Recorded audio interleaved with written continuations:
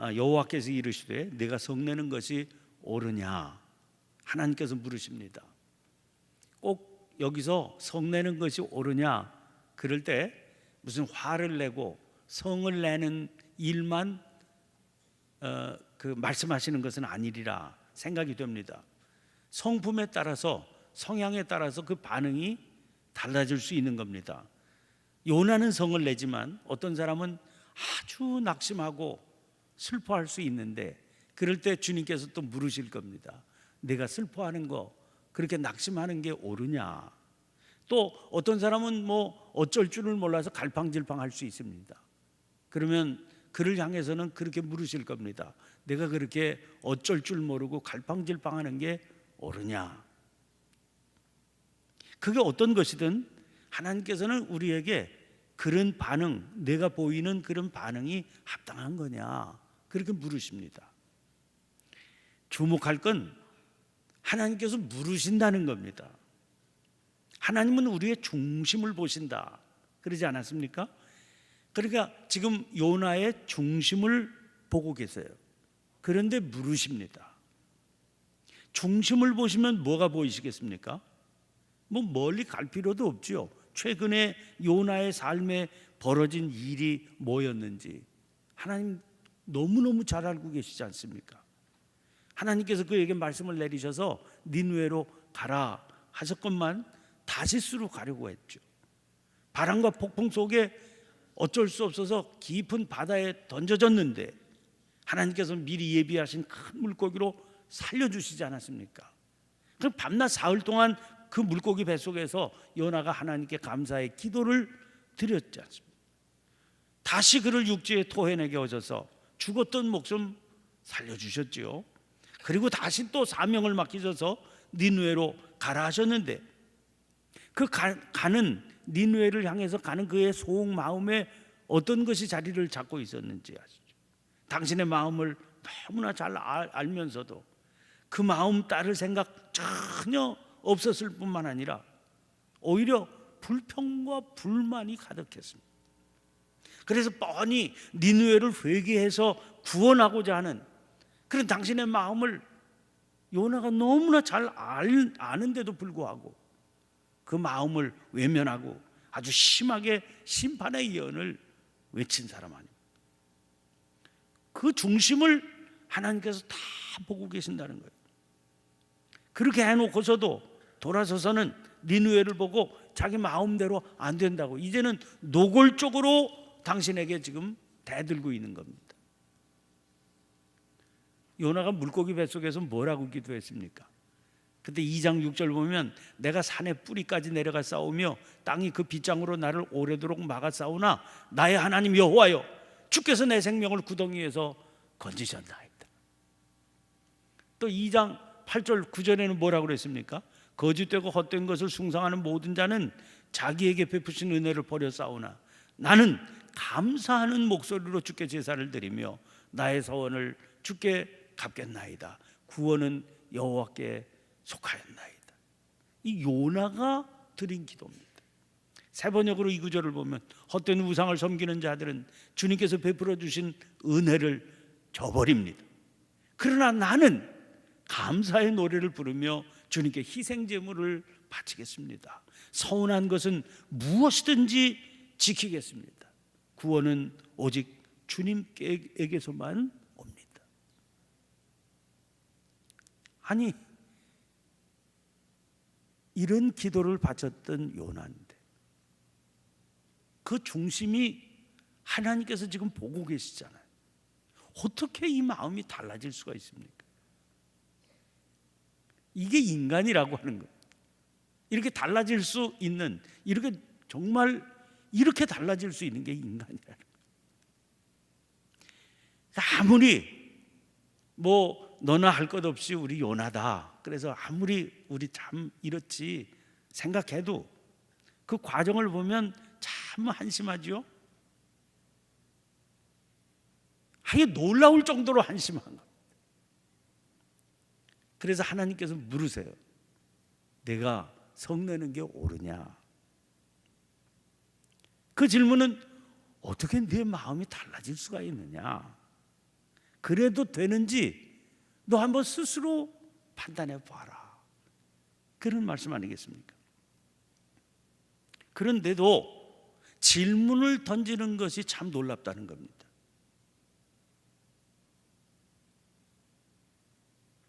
묻고 계신다는 게 참 놀랍다는 겁니다. 질문을 하신다는 게 무슨 의미입니까? 나는 판단하지 않겠다. 네가 스스로 한번 판단해 봐라. 그런 말씀 아닙니까? 하나님께서 당신이 판단하셨다면 질문이 나오지 않고 책망이 나오겠죠.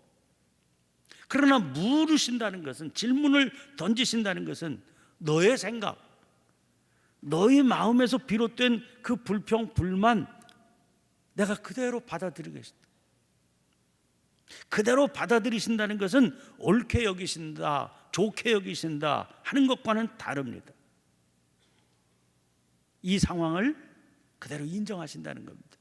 내가 그렇구나. 내 마음이 그런 마음이로구나. 여러분, 우리가 뭐 늘 고백하는 것처럼 하나님 전능하시지 않습니까? 요나 스스로 선포한 것처럼 40일 안에 그 큰 성읍 니느웨도 순간 무너뜨리실 수 있는 그런 분이 하나님 아니십니까? 그러니까 요나가 지금 말했잖아요. 사는 것보다 죽는 것이 낫겠다. 그래? 그럼 죽어. 그러실 수 있는 분이 하나님 아니십니까? 아니면 심하게 책망하거나 다스리실 수 있으시죠.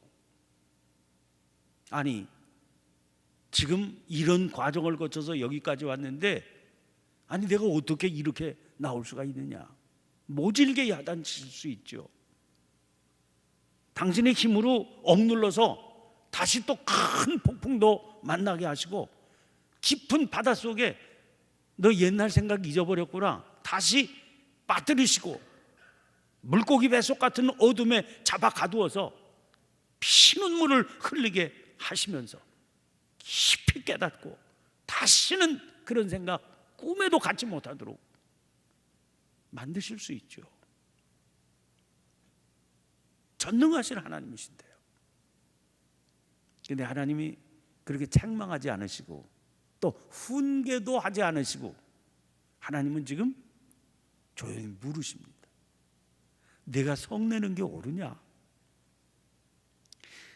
집을 나간 아들이 돌아와서 잔치를 벌리는 장면을 큰아들이 봅니다. 크게 성이 났습니다. 집에 들어가지 않는다고 그랬어요. 근데 아버지가 바깥으로 나와서 아들을 권면합니다. 들어가자. 들어가자. 아들이 불만을 터뜨리면서 말합니다. 누가복음 15장 29절 30절입니다. 내가 여러 해 아버지를 섬겨 명을 어김이 없거늘 내게는 염소 새끼라도 주어 나와 내 벗으로 즐기게 하신 일이 없더니, 아버지의 살림을 장녀들과 함께 삼켜버린 이 아들이 돌아오매 이를 위하여 살찐 송아지를 잡으셨나이다. 아버지는 지금 집을 나가서 죽은 줄만 알았던 작은 아들이 돌아온 게 억제할 수 없이 기쁩니다. 아버지는 생각해요. 나한테는 아들이 돌아온 거지만 너한테는 동생이 살아서 돌아온 거 아니냐. 그러나 이 형은 왜 자기에게는 염소 새끼 한 마리라도 주어서 친구들과 즐기도록 한 일이 없었느냐, 그걸 묻습니다. 그의 불만에 대한 아버지의 반응입니다. 31절 32절입니다. 예, 너는 항상 나와 함께 있으니 내 것이 다 내 것이로 돼. 이 내 동생은 죽었다가 살아났으며 내가 잃었다가 얻었기로 우리가 즐거워하고 기뻐하는 것이 마땅하다. 아버지는요, 아들한테 이렇게도 말할 수 있는 겁니다. 나한테는 아들이지만 너한테는 동생 아니냐. 아니, 죽은 줄 알았던 동생이 살아서 돌아왔다고 내가 잔치를 벌였는데 그걸 가지고 노여워해? 그것도 친구들과 즐기도록 한 일이 없다는 이유를 대면서 비교하면서 노여해? 내가 형이냐? 이렇게 말씀하실 수 있어요. 또 아니, 너 지금 화내는 거 보니까 알겠다. 난 지금까지 물려주지만 않았지 내심 다 내 재산은 네 거다. 너한테 다 준다. 그렇게 생각하고 있었다. 내가 열심히 일하는 것도 그런 나의 마음을 알고 이건 내 재산이거니 그렇게 생각하고 열심히 일하는 줄만 알았다. 그런데 지금 보니까 너 품꾼 같은 마음으로 일했던 거로구나. 그래? 그러면 일당은 쳐줄게. 앞으로 내 몫은 없어. 이렇게 말할 수 있는 겁니다. 그거 말고도요, 아버지가 지금 할 수 있는 말이 수없이 많이 있는 겁니다. 다 그 수없이 많은 얘기들 다 꺼내놔도 다 합리적이고 다 아구가 맞습니다. 그러나 아버지의 오조에는 지금 그런 마음이 전혀 담겨 있지 않습니다. 메시지의 31절 번역을 보면 아들아, 네가 모르는 것이 있다. 너는 늘 나와 함께 있으니 내 것이다, 내 것이다. 이렇게 번역이 되어 있습니다. 우리 개역 개정판에 이렇게 되어 있는 걸 아들아 이렇게 옮겼어요. 품꾼 같은 그의 태도가 아들의 태도로 좀 돌아서 주기를 바라는 그런 간절함을 어투로 그렇게 옮겨놓은 거죠. 아버지는 지금 어떻게 해서든 큰 아들이 자기의 이런 마음을 깨닫고 자기와 같은 마음이 되어주기를 바라며 기다리고 설득하는 겁니다. 작은 아들은 객지에 나가 죽은 줄 알았다가 돌아온 거죠. 큰 아들은 집에 같이 있습니다. 그런데 이 아버지는 지금 큰 아들도 기다리고 있는 겁니다. 돌아와 주기를. 품꾼 같은 마음에서 아들의 마음으로 돌아와 주라. 이렇게 기다리고 있는, 내 집으로 너 좀 돌아와 주라. 결국 아버지에게는 작은 아들 못지않게 큰 아들이 돌아오는 일도 중요했던 거죠. 그래서 안타깝고 따뜻한 사랑으로 그때를 기다리면서 지금 최선을 다해서 노력을 하고 있는 겁니다. 자, 5절 보세요. 하나님께서 이렇게 물으시는데 너 성내는 게 옳으냐? 그렇게 물으시는데 요나가 보이는 반응입니다. 요나가 성읍에서 나가서 그 성읍 동쪽에 앉아 거기서 자기를 위하여 초막을 짓고 그 성읍에 무슨 일이 일어나는가를 보려고 그 그늘 아래에 앉았더라. 하나님이 질문하시는데 요나는 한마디 대답도 없습니다. 그 대신 성읍을 빠져나갑니다. 그 성읍 동쪽에 앉아서 초막을 짓습니다. 오늘 본문에 그 이유를 설명해 놨어요. 왜 그렇게 동쪽에 초막을 지었는지, 그 성읍에 무슨 일이 일어나는가를 보려고 그랬다니. 아니, 이미 하나님께서 그 성읍을 어떻게 하실 건지 다 보여주신 겁니다. 요나도 하나님께서 그 성읍을 어떻게 취급하실 건지 다 알게 된 겁니다. 그래서 싫어하고 성낸 것 아닙니까? 그런데도 여기 써 있어요. 그 성읍에 무슨 일이 일어나는지 보려고 했다. 이게 무슨 말입니까? 지금 요나는 하나님과 씨름을 하고 있는 겁니다. 질문에는 대답을 하지 않았어요. 그러나 자기의 몸으로 지금 대답을 하고 있는 겁니다. 성내는 게 옳으냐? 옳지요. 그럼 이렇게 대답을 하고 몸으로 대답하는 겁니다. 노골적인 불만을 표시하면서 일종의 저항하고 있는 시위를 벌이고 있는 겁니다. 여러분, 하나님이 요나의 이 행동의 의미를 왜 모르시겠습니까? 하나님 내버려 두십니다.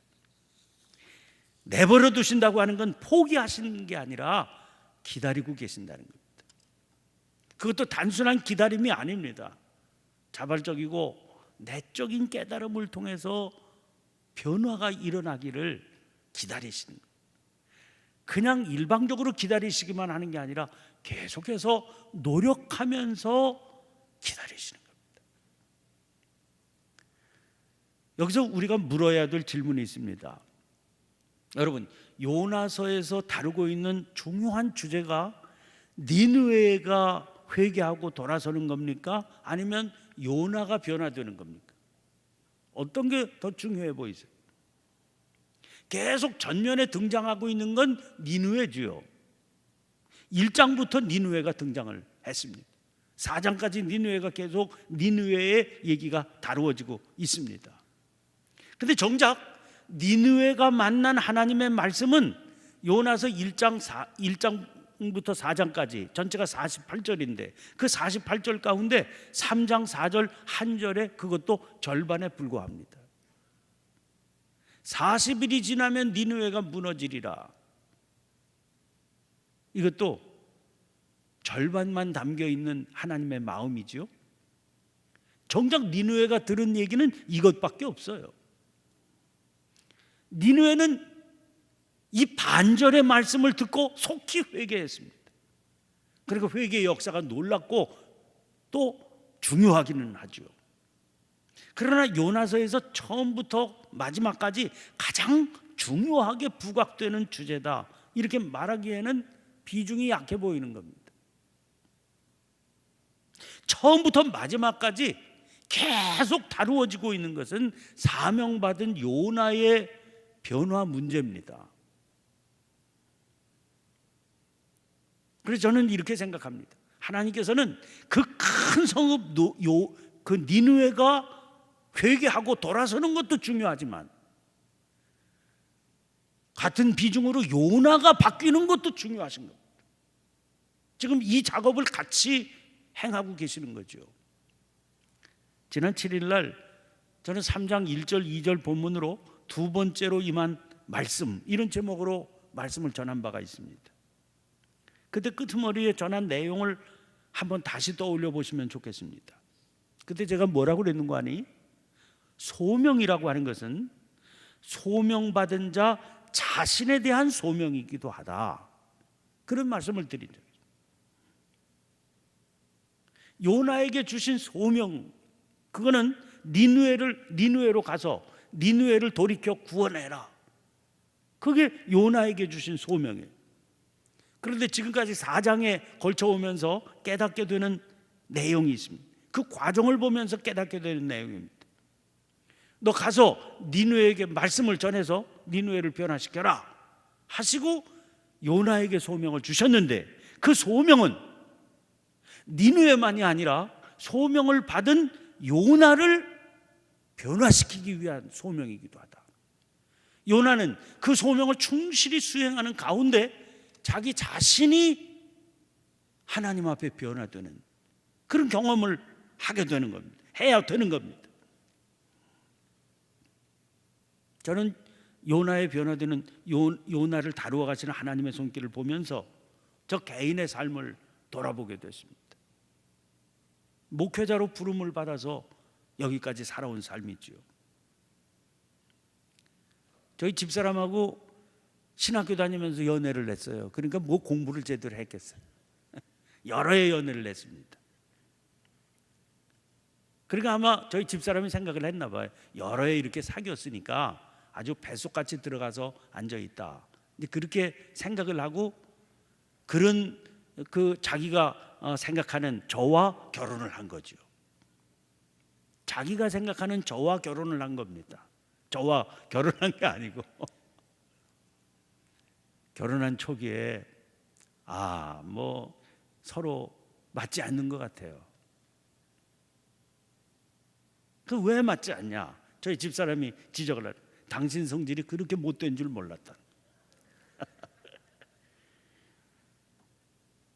그 못된 성질이 뭐냐? 성질이 불같다는 겁니다.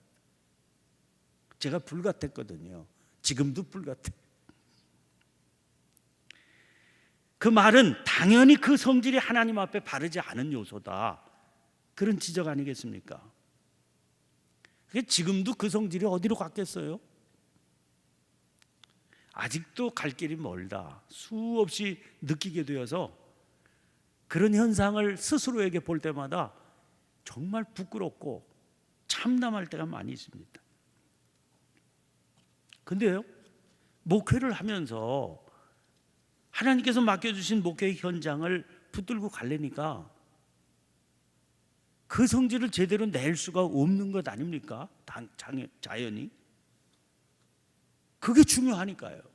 그 목회의 사역이 중요하니까, 목회의 현장이 중요하니까 하나님께서 맡기신 사역을 소명으로 감당해야 되니까, 그래서 깨닫게 되는 겁니다. 이렇게 깎이고 또 깎이는구나. 깎여 나간 게 어떤 겁니까? 못된 것들이 깎여 나가는 거죠. 그 소명을 감당하는 일 때문에 깎여 나가는 겁니다. 그래서 목회를 하면서 깨닫게 되는 것은, 목회라고 하는 것은 목회자가 자기 자신을 목회하는 일이로구나, 그런 생각을 하게 되는 거예요. 자기 자신을 목회하지 않으면 목회를 할 수가 없는 거 아닙니까? 소명은 소명을 받은 그 사람을 향한 것이다. 이게 어디 목회뿐이겠습니까? 우리가 하나님의 말씀을 부르심으로 받아 사명을 감당하며 살아가는 것은 우리 스스로를 하나님 앞에 합당한 구원의 삶으로 인도하는 과정인 거죠. 그래서 소명이 축복이 되는 겁니다. 지금 와서 생각을 합니다. 야, 내가 목회까지도 안 했으면 어떤 인간이 됐을까? 이성질에 저희 집사람이 제 성격에 대해서 지적을 할 때마다 제가 깨닫습니다. 이성질에 목회까지 안 했으면 어떤 인간이 됐을까? 여러분, 하나님의 말씀은 심부름시키자는 게 아니라 나를 하나님의 자녀로 반듯하게 세워가시려고 하는 축복의 부르심인 걸 깨달아야 됩니다. 그래서 주님의 말씀이 임할 때마다 이게 나를 거룩한 주의 자녀로 세워가시는 은혜로구나 생각하면서 그 소명의 자리에 세움받게 되시기를 간절히 축원합니다. 오늘도 거룩한 당신의 자녀로 나를 세워가시고 변화시켜 가시는 주님의 은혜를 찬양하며, 주여 기쁨으로 이 길을 걷게 해주시옵소서. 함께 부르짖어 기도할 수 있는 저와 여러분이 되시기를 간절히 축원합니다. 오늘 주신 말씀을 기억하고 주여 한번 힘차게 외치고 또 부르짖어 기도하시기를 바랍니다. 주님의 십자가를 믿음으로 붙들고 가는 순환주간의 한복판입니다. 주님의 십자가를 생각하고 믿음으로 붙들 때마다 그 십자가의 은혜가 이 정욕과 인간적인 그런 여러 가지 못된 성격에 가로막혀 있는 나를 풀어 하나님의 거룩한 자녀로 세움받게 하시는 줄로 믿사오니 감사합니다. 부활의 영광에 이를 때 주님 깎아가시던 그 소명의 삶이 맡기신 말씀의 빛이 저희를 이렇게 놀랍게 변화시켰다 고백하고 찬양하는 그런 부활의 날이 맞이할 수 있도록 도와주옵소서. 간절히 기도하시고 특별히 이 나라와 민족을 위해서도 기도해 주시길 바랍니다. 성령께서 기도하게 해주시는 제목을 따라 자유롭게 기도하시고 자유롭게 돌아가시길 바랍니다. 함께 기도하십시다. 주여!